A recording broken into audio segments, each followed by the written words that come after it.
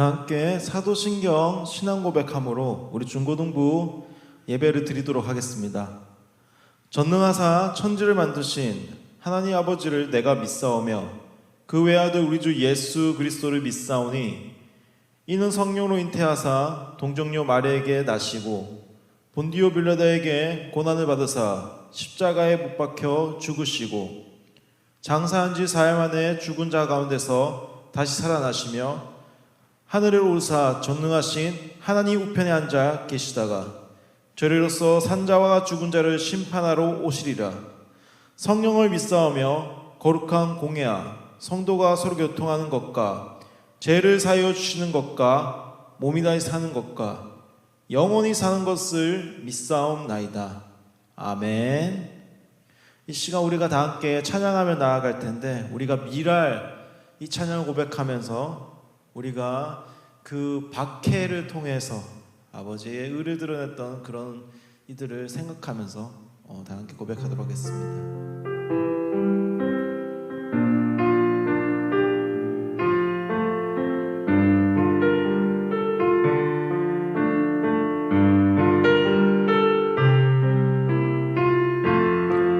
세상을 구원하기 위해 세상을 구원하기 위해 흘려야 할 피가 필요하다면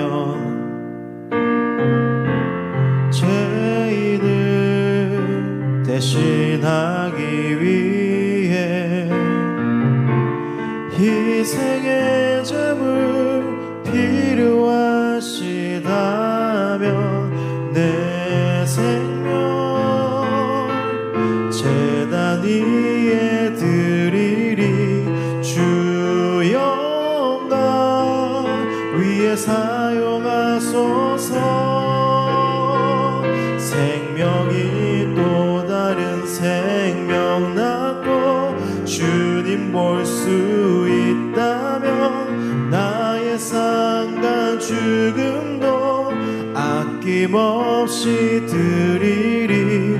죽어야 다시 사는 주의 말씀 믿으며 하나님 일할 되어 썩어지리리.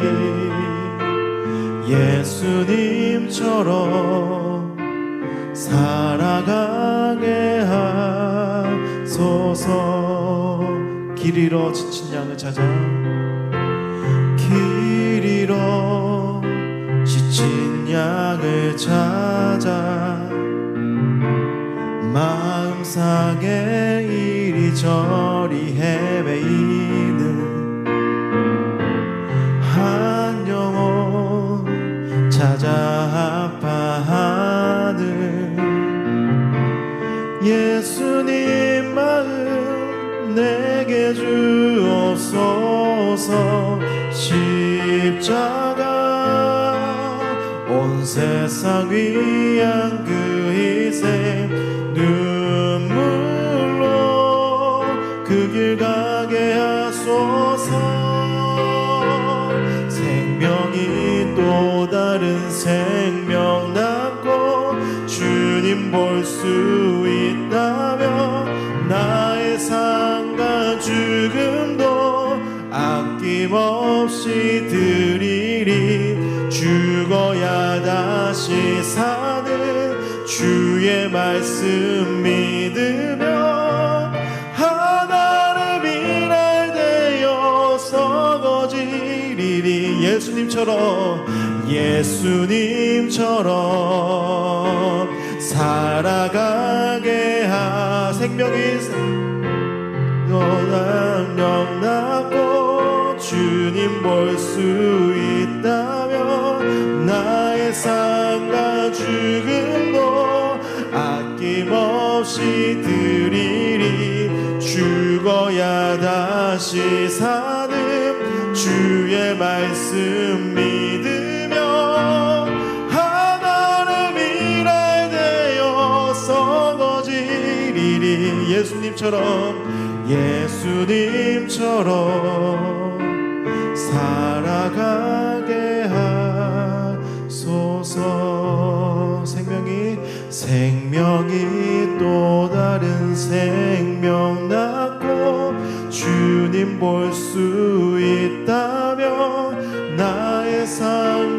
죽음도 아낌없이 드리리.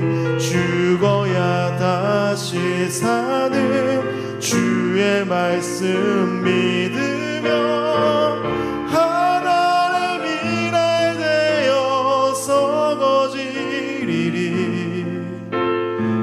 예수님처럼 살아가게 하소서.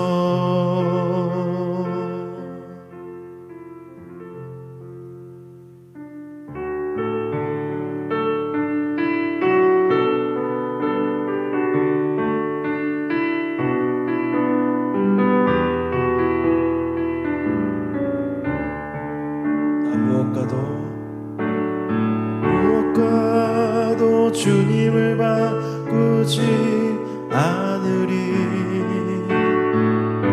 다른 어떤 은혜 구하지 않으리. 오직 주님만이 내 삶의 도움이시니 주의 얼굴 보기 원합니다. 주님 사랑해요. 주님 사랑해요.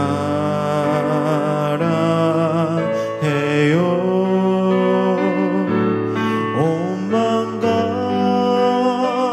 정성 다해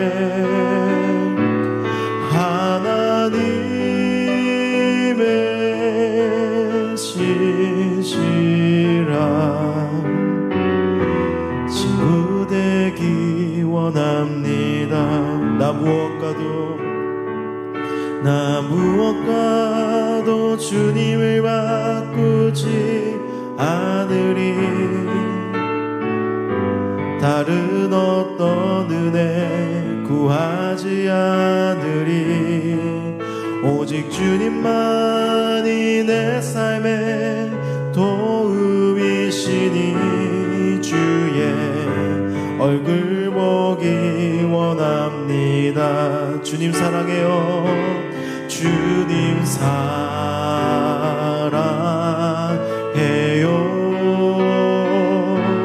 온 마음과 정성 다해 하나님의 신실한 친구 되기 원합니다. 주님 사랑해요. 주님 사랑해요.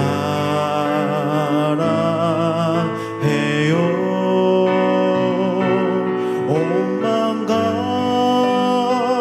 정성 다해 하나님의 신실한 친구 되기 원합니다. 친구 되기 원합니다. 주님 사랑해요. 주님 사랑해요.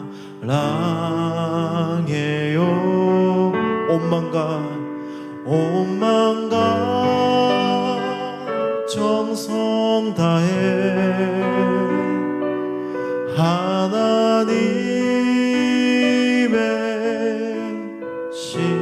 신실한 친구 되기 원합니다. 우리가 이 시간 다 함께 기도하며 나아가기 원합니다. 이 시간 기도할 때 하나님, 우리가 온 마음과 정성 다해 하나님을 경배하기 원합니다. 우리가 다른 어떤 것도 구하지 않고 주님만 바라고 주님만 바라볼 수 있도록 하나님 우리를 도와달라고, 하나님의 그래서 친실한 친구의 관계를 맺는 그런 관계까지 나아갈 수 있게 도와달라고 이 시간 다 함께 기도하며 나아가도록 하겠습니다. 기도합니다. 하나님을 온 마음과 정성 다해 사랑함으로 주님의 보좌 앞으로 나아가길 원합니다. 주님을 온전히 경배하며 나아갈 수 있도록 주여 인도하여 주옵소서. 하나님, 우리 연약하여서 예배당 자리 가운데서 하나님께 집중하지 못하고 아버지 딴 곳에 시선을 향하며 나아갈 때가 많습니다. 하나님, 이 시간에 우리가 다른 어떤 것도 구하지 않고 다른 어떤 것도 바라보지 않고 오직 주님의 얼굴만을 구하며 나아가는 이 자리가 될 수 있도록 주여 인도하여 주시옵소서. 하나님, 우리의 심령 가운데 주의 성령을 부으셔서 아버지만 바라보고 아버지의 신실한 그런 친구와 관계를 맺는 그 자리가 될 수 있도록 주여 인도하여 주옵소서. 하나님, 영광 받아 주시옵소서. 주님 홀로 영광 받아 주시옵소서.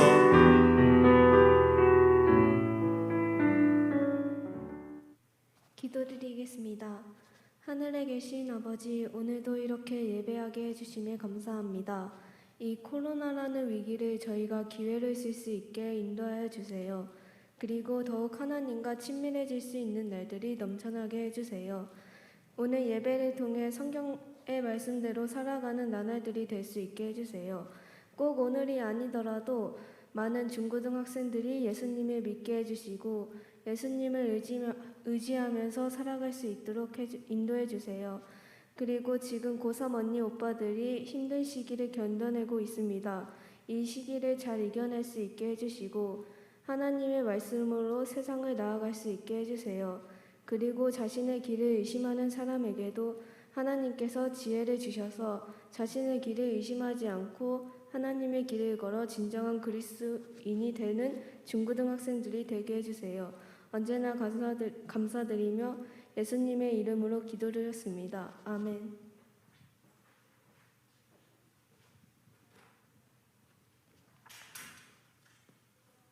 다 함께 하나님의 말씀 보도록 하겠습니다. 마태복음 5장 10절에서 12절 말씀입니다. 다 함께 읽겠습니다. 의를 위하여 박해를 받은 자는 복이 있나니 천국이 그들의 것임이라. 나로 말미암아 너희를 욕하고 박해하고 거짓으로 너희를 거슬러 모든 악을 말을 할 때에는 너희에게 복이 있나니 기뻐하고 즐거워하라. 하늘에서 너희 상이 큼이라. 너희 전에 있던 선지자들도 이같이 박해하였느니라. 아멘. 오늘은 의를 위하여 박해받는 삶이라는 제목으로 하나님의 말씀을 전하도록 하겠습니다. 자, 여러분 삶에서 각자 개인이 소중히 여기는 신념이 있을 거예요. 자기가 중요하게 여기는 것들이 있겠죠. 이 신념의 사전적 의미는 무엇인가 굳게 믿는 마음이에요. 그래서 여러분이 어떤 신념을 가지냐에 따라 우리의 인생이 달라지리라 생각해요. 자, 그럼 나의 신념은 무엇인가요? 여러분이 생각하는 내가 정말 중요시 여기는 신념이 무엇인가요? 여러분, 내가 굳건히 믿고 사는 것이 무엇인가요? 만약에 내가 공부에 나의 신념을 부여한다면 여러분 딴 행동하지 않고 공부에 나의 삶에 올인을 하며 나아가겠죠. 좌우로 흔들리지 않고 공부를 열심히 해서 좋은 대학을 가기 위해 노력을 할 것이에요. 그래서 신념이 굳건한 사람들이 성공할 확률도 높아요. 하지만 확고한 신념을 가지고 사는 것이 성공의 길에 설 확률도 높지만 만약 이 신념이 잘못된 신념이라면 자신의 인생을 낭비할 확률이 높아요. 만약에 자신이 신을 믿지 않는 어떤 신념, 이 무신론자의 어떤 생각을 가지고 있다고 생각을 해봐요. 그 생각과 그 신념으로 인생의 반을 살아왔어요. 그런데 나중에 살다 보니 자신의 신념이 잘못된 건 줄 알고 그 신념을 바꾸려고 하면 인생의 반을 낭비한 것이에요. 물론 이렇게 깨닫고 돌아온 것은 정말 감사한 일이지만 나머지 50은 올바르게 살 수 있을 테니까 말이죠. 하지만 잘못된 신념으로 살다가 나중에 자신이 죽어 신이 있다는, 사후세계가 있다는 것을 알게 될 때 그때는 이미 너무 늦은 것이에요. 여러분, 잘못된 신념이 얼마나 무서운지 한 이야기를 들려줄게요. 어떤 한 사람이 있었어요. 그 사람은 일본군 군사였어요. 그는 상부의 명령에 따라 어떤 한 지역을 침투해 들어갔어요. 그는 열악한 환경이었지만 상부의 명령에 따르는 그 신념을 따라 흔들림 없이 자신이 맡은 바 임무를 최선을 다했어요. 그러던 중 일본이 원자폭탄을 맞고 항복을 선언했어요. 모든 일본이 항복 선언에 따라 자신의 나라로 돌아왔지만 그 일본군 군사는 그 명령을 듣지 못했어요. 그는 자신의 나라가 졌음에도 불구하고 계속해서 자신이 맡은 그 임무를 열심히 수행했어요. 그 지역에 살고 있던 주민들이 일본군이 항복 선언했으니 이제 자신의 나라로 돌아가라고 수백 번 말을 했지만 그는 지역 주민의 말을 듣지 않았어요. 계속해서 그는 자신만의 전쟁을 하며 나아가고 있었죠. 전쟁에 패한 지 20년 동안 말이죠. 그 소리를 들은 일본 정부는 그 당시 상부 사람을 불러서 이제 전쟁이 끝났으니 돌아오는 소리를 듣고서야 그제야 자신의 나라로 돌아갔어요. 그가 돌아오자 그는 일본의 영웅이 되었어요. 왜냐하면 제국주의의 상징이니까. 하지만 다른 나라 입장, 다른 사람의 입장에서 보면 그 사람만큼 어리석은 사람은 없을 것이에요. 여러분, 이것은 실화예요. 실제 있었던 이야기죠. 여러분, 그는 잘못된 신념을 가지고 20년 동안 자신만의 전쟁을 하며 나아갔어요. 잘못된 신념이 그의 인생의 젊은 시기를 다 낭비하게 만든 것이죠. 우리도 이럴 수 있다는 것이에요. 내가 올바르게 생각하고 굳건히 믿었던 것이 어쩌면 틀릴 수도 있고 어리석은 선택일 수도 있다는 것이죠. 여러분, 내가 교회 다니는 것보다 어떤 일을 하는 것이, 다른 일을 하는 것이, 공부를 하는 것이 옳은 선택일 수 있지만 성경을 읽는 것보다 다른 어떤 것을 읽는 것이 더 옳은 선택일지 모르겠지만 하나님과 관계를 누리며 나아가는 것보다 타인하고 친구랑 관계를 맺으며 나아가는 것이 더 유익해 보일지 모르겠지만 하나님이 보시기에 올바르지 않은 생각, 올바르지 않은 마음일 수도 있다는 것이죠. 제가 말하고자 하는 것은 많은 이들이 선택이 옳다고 생각해 그것에 나의 신념을 부여하고 사는 것이 올바를 수 있지만 올바르지 않을 수도 있다는 것이고요. 남들이 볼 때 그것이 올바르지 않은 신념일 수 있지만 하나님이 보기에 옳은 신념일 수 있다는 것이에요. 어떤 시각에서 보냐에 따라 다를 수 있다는 것이죠. 이 부분은 오늘 말씀을 가지고 전하고자 해요. 오늘 본문을 보시면 의를 위해서 박해를 받으면 하나님 나라가 너희들 것이라고 말씀하고 있어요. 자, 우리가 저번 주 설교 때 들었죠? 의가 무엇이죠? 하나님 뜻에 순종하는 행동이자 예수님을 닮아가는 삶이죠. 자, 이 삶을 위해서 우리가 박해를 받으면 우리는 하나님 나라를 소유한 하나님 나라 백성이라는 것이죠. 하지만 제가 늘 말했듯이 팔복은 무엇을 해야 받은 복이 아니라 그리스도인이 이미 그리스도인 된 자가 이미 받은 복이기 때문에 어떤 박해를 받아야지 하나님 나라를 소유한 자라는 말이 아니에요. 이 의미를 반대로 생각하면 하나님 나라 백성은 의를 위해 박해를 받으면 힘들 수 있지만 이런 삶이 있다고 해서 하나님 날 버린 것이 아니라 오히려 하나님 나라를 소유한 자라는 것이죠. 위로의 말인 거예요. 너희는 그런 자다. 너희 박해받지만 너희 지금 힘들지만 너희는 하나님 나라를 소유한 자라는 거죠. 위로의 말인 거예요. 여러분, 우리는 이렇게 생각을 해요. 진리와 정의를 수호하면 그 세상들이 그 정의와 진리를 옹호할 것이라고 생각을 해요. 하지만 세상은 늘 반대 방향으로 왔어요. 이 교회 안이 말고 세상의 정의를 추구한 사람 또한 그랬다는 것이에요. 프랑스가 민주주의를 위해 나아갈 때 정부는 왕권을 대항하는 명목하에 그 사람들을 죽였어요. 우리나라 강주민주화운동을 일으켰을 때도 마찬가지였죠. 정부는 정부에 대항한다는 사람이라고 매스컴에 국민들에게 안 좋은 인식을 심겨주었고요. 정부는 군대를 동원해서 그 사람들을 학살했어요. 하지만 중요한 것은 이것이에요.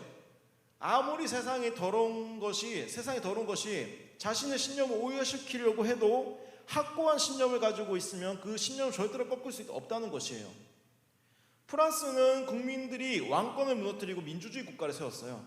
우리나라는 강주민주화운동을 시점으로 여러 가지 시위를 통해서 민주주의를 향한 열망으로 군사정권을 무너뜨리고 문민정부를 들어서게 만들었죠. 아무리 세상이 그 사람의 신념을 꺾으려고 해도 확고한 신념을 가지고 있으면 그 신념을 꺾을 수 없다는 것이죠. 이런 원리로 오늘 말씀 보면 만약 우리가 하나님의 뜻을 향한 확고한 신념을 가지고 있다고 생각을 해봐요. 자, 우리가 이렇게 살면 신을 믿지 않고 예수쟁이를 싫어하는 사람들이 좋아할까요? 아니면 결국 좋아할까요? 좋아하지 않을까요? 예수님 믿지 않는 사람들은 그렇게 썩 좋아하지 않을 것이에요. 왜 좋아하지 않을까요? 그들은 하나님 믿지 않고 또 그들의 사고방식과 우리의 사고방식이 다르기 때문인 거죠. 그들이 우리를 보면 결코 이해할 수가 없을 거예요. 한 예로 내가 하나님 뜻을 향한 어떤 확고한 신념, 하나님 뜻이 맞다는 진리라는 확고한 믿음을 가지고 있다고 생각을 해봐요. 내 삶의 모든 기준은 사람의 이 말이 아니라 하나님이라는 절대 기준을 가지고 살아있다고 생각을 해봐요. 하나님 나라를 드러내기 위해서 예수님 닮아가기 위해 삶을 살았다고 생각을 해봐요. 그런데 어떤 한 친구가 다른 친구랑 친하게 지내지 말라고 유혹을 하는 거예요. 근데 그 친구 말을 들어보면 일리가 있어요. 그 친구 보니까 굉장히 성격도 별로 좋지 않고 질도 나쁜 친구니까 내 생각으로 그냥 봤을 때는 그 친구의 말이 일리가 있어 보여요. 그 친구였으면 나도 왠지 불편할 것 같으니까 말이죠. 하지만 갑자기 이런 마음이 드는 거예요. 내 이웃을 내 몸과 같이 사랑하라는 그 예수님의 말이 내 마음속에 들리는 거죠. 그때 나는 그 친구가 이렇게 말하는 거예요. 난 그렇게 할 수 없을 것 같아. 하나님께서 그 친구를 사랑하라고 말씀하셨거든. 그때 그 친구는 어떻게 반응을 보일까요? 너 정말 착하게 울고 있네. 재수없어. 이렇게 얘기를 할 수 있다는 것이죠. 그렇게 살면 하나님께서 너 지켜주시니? 라고 비아냥거릴 수 있다는 것이죠. 여러분, 이 친구가 지금 나를 이해하지 못한 이유가 무엇일까요? 그 친구가 그런 생각을 가지고 있지 않기 때문인 거예요. 그러니까 일반적으로 사람은 자신의 질이 좋고 어느 정도의 수준이 있으면 그 정도 수준에 있는 사람과 어울리려고 하죠. 자기보다 떨어지는 사람하고 어울리려고 하지 않아요. 그러면 어떻게 될까요? 일반적인 사고로 봤을 때는 내가 어떤 질 나쁜 친구랑 놀지 말라고 했을 때의 그 일반적인 사고 방식으로는 공감해 줄 거라 생각하죠. 그래, 나도 그 친구 별로인 것 같아. 이렇게 해줘야지 정상이지만 내가 그 반대의 반응을 보이니까 나를 이해하지 못하는 거죠. 여러분, 그래서 우리가 하나님 뜻을 향한 확고한 신념을 가지고 살다 보면 주변인들과 사고방식이 종종 부딪히며 나아갈 수 있을 것이고 그로 인해 내가 어떤 손해를 보며 나아갈 수도 있을 거예요. 이 물리적 핍박이 아니라 오늘 말씀처럼 정신적인 핍박, 어떤 손해를 보며 나아갈 수가 있다는 것이죠. 만약 여러분이 나중에 취업을 해서 교회를 다닌다고 해서 술을 먹지 않거나 술자리에 참석하지 않는 그런 행동을 보인다면 상사들이 별로 좋아하지 않을 거예요. 물론 요즘 술 문화가 많이 바뀌어서 기업 문화가 많이 좋아지고 있긴 하지만 아직까지도 안 좋은 문화들은 기업에 팽배해 있어요. 또한 주의를 지키기 위해서 주일날 어떤 회사에 일을 하지 않는다면 그 정신적인 핍박은 말로 형용할 수가 없겠죠. 왜냐하면 이 사회 전체가 어떤 공동체에서 무슨 일을 하는데 그것을 따르지 않고 내가 빠져나간다는 것은 그 공동체 안에서 내가 아웃사이더가 된다는 것이거든요. 그 부분에 대해서 내가 확실히 손해보고 가기 때문에 굉장히 힘들어요. 여러분도 아마 학교 생활에서 그런 걸 경험을 했을 거라고 생각을 해요. 어떤 내 같은 친구 또래에서 무엇을 하는데 그 일을 내가 부적합하다고 해서 나오게 될 때 아웃사이더가 되고 그 친구의 무리에 끼지 못하고 그 친구와 하는 어떤 이득을 취하지 못하면 나아가잖아요. 회사도 비슷한 부류의 현상이 있다는 것이죠.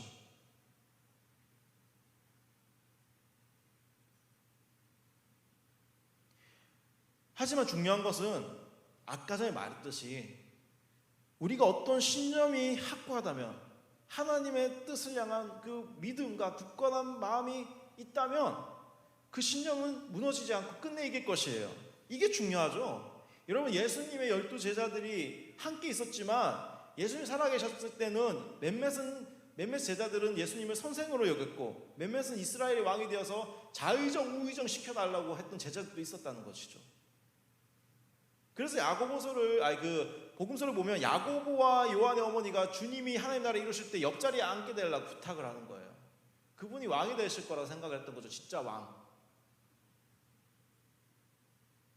조선시대로 자의정 우의정 시켜달라고 그런 얘기를 한 거예요, 지금. 그러다가 예수님 십자가에 못 박히자 제자들은 거의 다 예수님을 떠났죠. 그가 이스라엘 땅을 회복시킬 줄 알았는데, 하나님 나라를 이룰 줄 알았는데 도리어 죽임을 당했기 때문이죠. 굉장히 패닉 상태였을 거예요. 하지만 예수님 3일 만에 부활하고 제자들 앞에 다시 섰을 때 그들은 깨달았어요. 예수님이 성경대로 말씀하신 대로 이 땅의 모든 악을 물리치시고 이 세상을 통치할 왕이시구나. 이제는 온 인류가 제 통치에서 벗어나 하나님의 통치를 받으며 나아갈 수가 있구나. 그 진리를 깨달은 제자들이 이제 복음을 선포하죠. 예수는 그리스도다, 예수는 왕이시다라는 그 표현을 전하며 나아간다는 거죠. 그 복음을 전하다 많은 핍박이 있었어요. 왜냐하면 이 말이 굉장히 정치적 용어예요. 그 당시 시점으로 봤을 때는 뭐냐면 지금 너희가 섬기고 있는 시저, 로마의 시저가 왕이 아니고 이스라엘의 그 헤롯 그 왕이 아니고 예수가 온 땅의 구주요 왕 중의 왕이라고 얘기를 하는 거예요. 지금 예수는 그리스도시다가.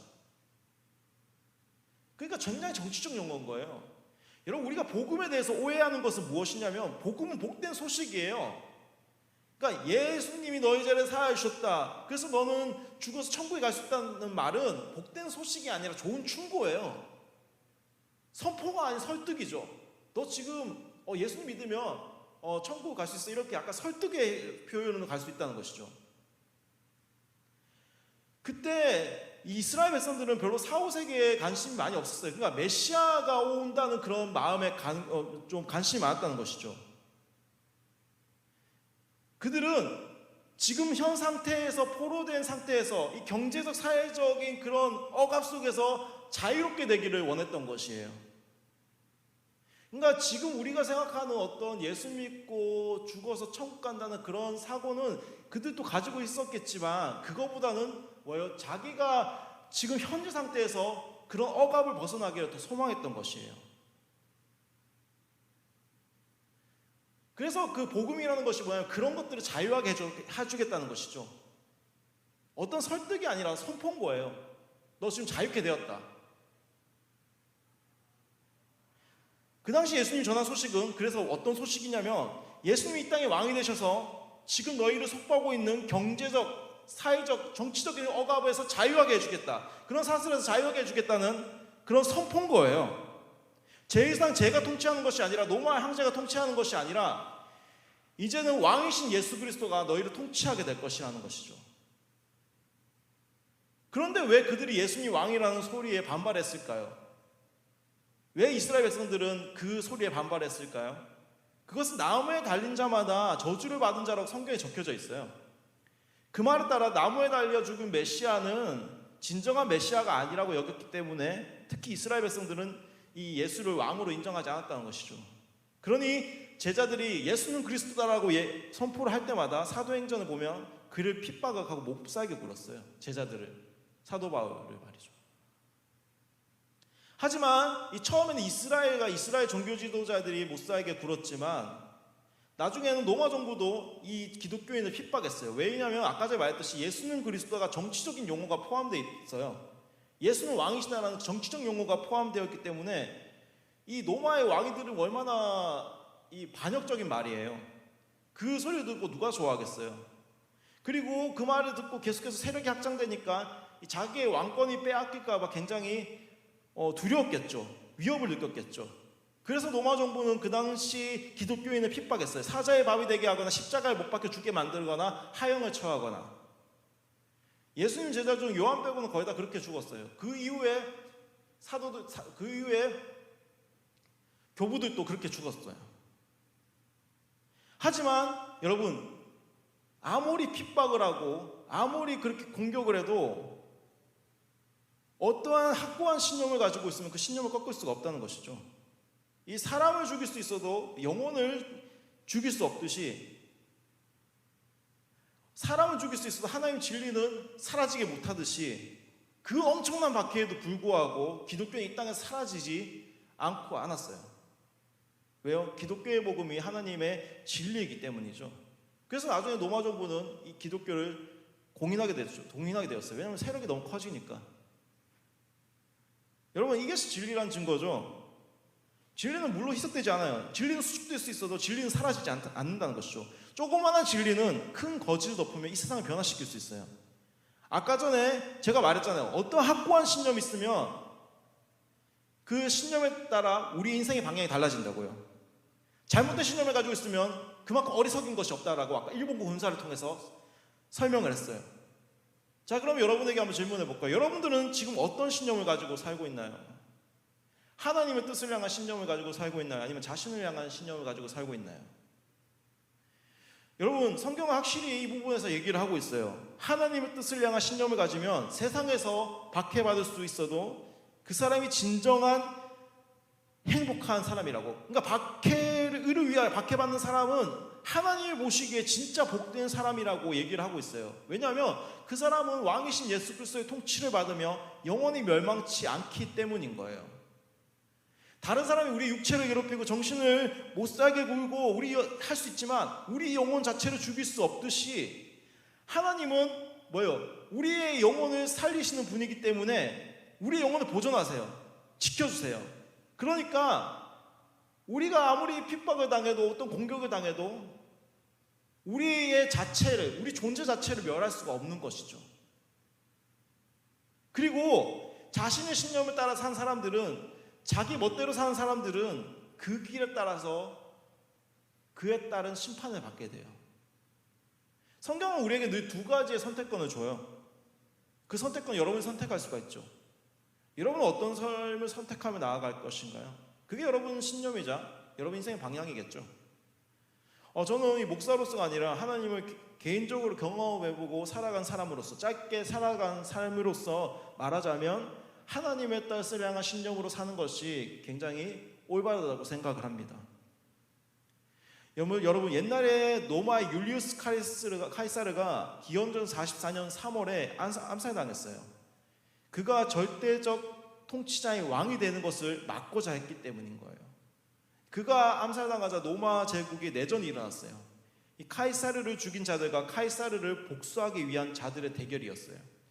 그 복수를 위해 카이사르의 양자이자 상속사였던 젊은 옥타비아누스와 카이사르의 친구 안토니아가 연합을 했고요.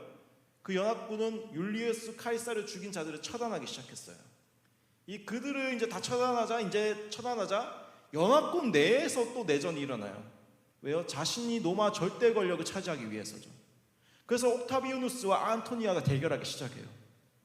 그렇게 치열하게 대결을 벌이던 중 기원전 31년 9월 2일 그리스 서부 악티움 근해에서 결정적인 전투가 벌어졌고 옥타비아누스가 해군의 승리를 거두었어요. 이 안토니아는 그의 유명한 왕비 클레오파트라에 따라 이집트로 도망간 뒤 거기서 둘 다 자살로 생을 마감해요. 이제 그 승리군은 이 승리의 승정본을 가지고 로마로 귀환을 하고 있겠죠. 자, 그때 상황을 가정해봐요. 만약 자신이 안토니아의 편에 서 있다면 해전에서 옥타비누스가 승리했다는 소식을 들었을 때 그 심정이 어땠을까요? 아마 자신이 곧 죽을 거라는 생각을 가질 수 있겠죠.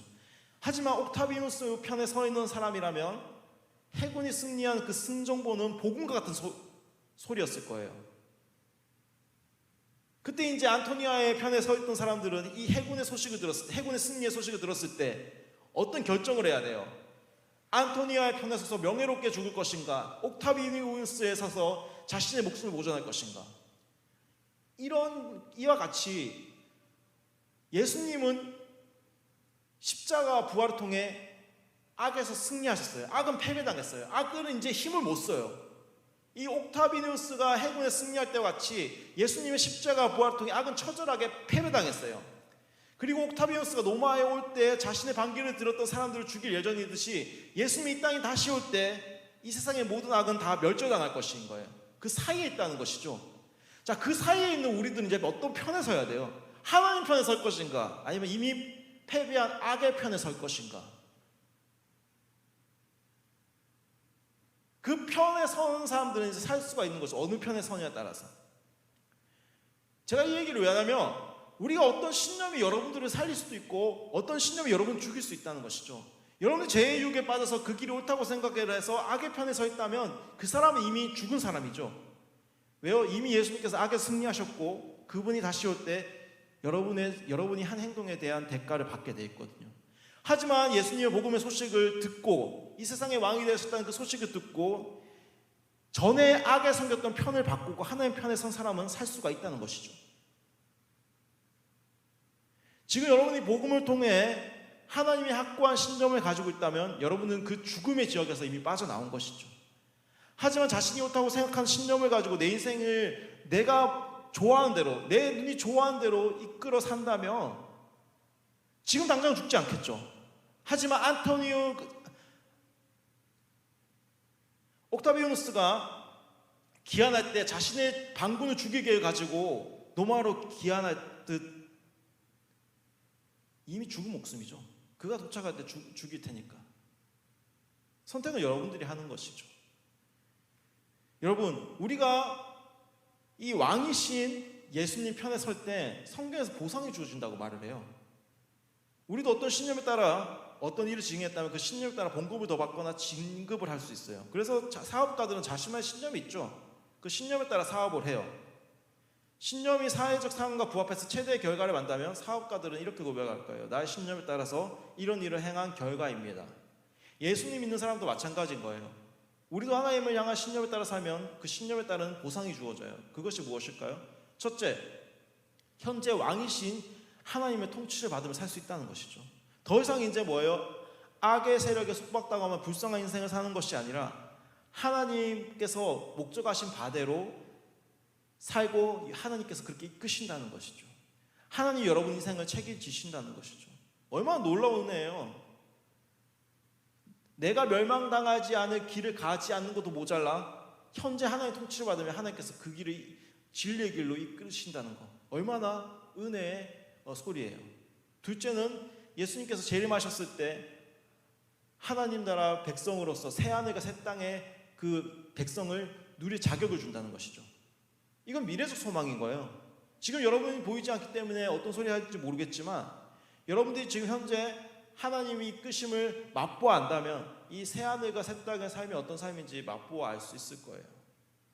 많은 순교자들은 이 소망을 가지고 살아갔어요. 이 소망 때문에 예수로 인해 고통받는 것을 오히려 기뻐하며 나아갔죠.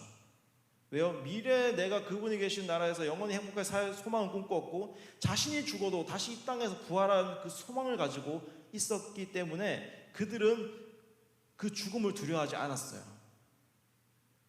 여러분, 제가 여기서 보상이라고 말하니까 뭐 차등의 보상이라고, 우리 세상처럼 뭐예요? 공부 잘하면 1등이고 공부 못하면 꼴등이고 그런 게 아니라 하나님 나라 백성으로 하나님께서 주신 은혜의 선물인 거예요. 쉽게 말하면 내가 잘해서 보상받는 것이 아니라 너는 나의 편에 섰기 때문에 주는 보상의 개념인 거죠. 그래서 여러분, 예수님 믿고 살아갈 때 내가 무엇을 잘하고 이렇게 성경을 얼마나 많이 읽고 그것도 되게 중요한데 더 중요한 것은 내가 현재 어디에 소속되며 그 안에서 머무는가도 굉장히 중요한 것이에요. 그러면 하나님께서 그 소속에 머무는 그 소속에 따라 보상을 무조건 줘야 되는 건 아니지만 은혜에 따라서 우리에게 보상을 준다는 것이죠. 현재부터 그 미래까지. 여러분, 순교자의 영상을 가끔 보면 느낌이 어때요?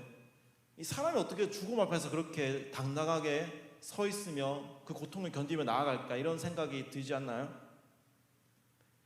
여러분, 그 사람이 그런 일을 감당할 수 있는 것은 자신의 믿는 그 하나님에 대한 확고한 신념이 있기에 가능한 것인 거예요.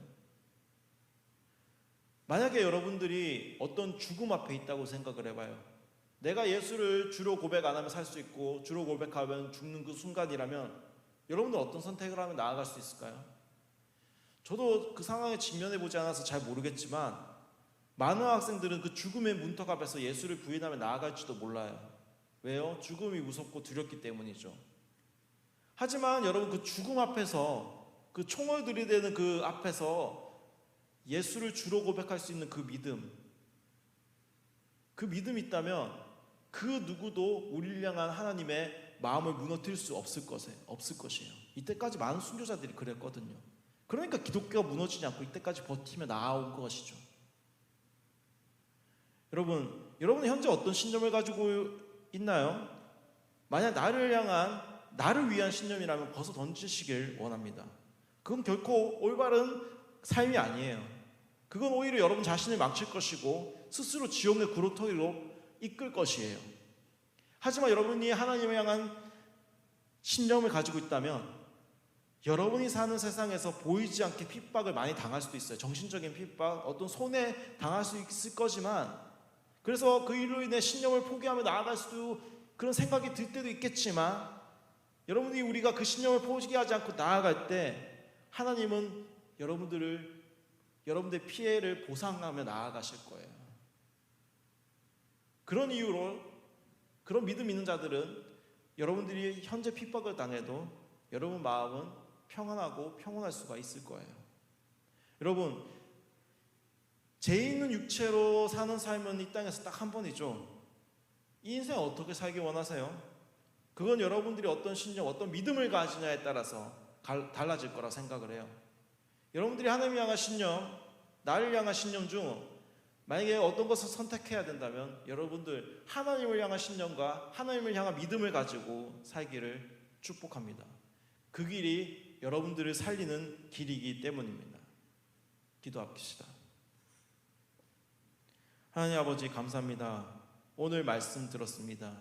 하나님, 우리가 인생을 살다 보면 아버지, 우리가 어떤 선택을 하며 나아갈 때가 많고 또 그 선택에 대한 대가를 또 치르며 나아갈 때가 많습니다. 하나님, 우리는 하나님의 그 편에 서서 하나님의 뜻에 따라 살기 원하고 그로 인해 하나님이 주시는 그 보상을 받으며 그것을 누리며 살아갈 수 있도록 주여 인도하여 주시옵소서. 그리고 우리가 그 삶을 살아갈 때 어떤 박해와 어떤 손해를 보더라도 아버지께서 그것을 갚아주실 거라는 그 믿음을 가지고 나아갈 수 있도록 인도하여 주시옵소서. 예수님 이름으로 기도합니다. 아멘. 우리의 마음을 드리도록 하겠습니다.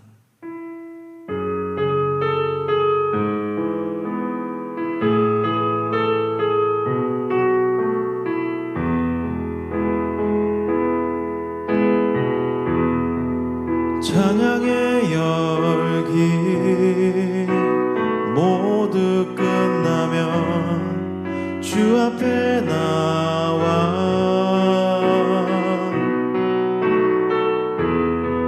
더욱 진실한 예배 드리네 주님을 향한 노래 이상의 노래 내 맘 깊은 곳에 주께서 원하신 것 화려한 음악보다 뜻없는 열정보다 중심을 원하시죠.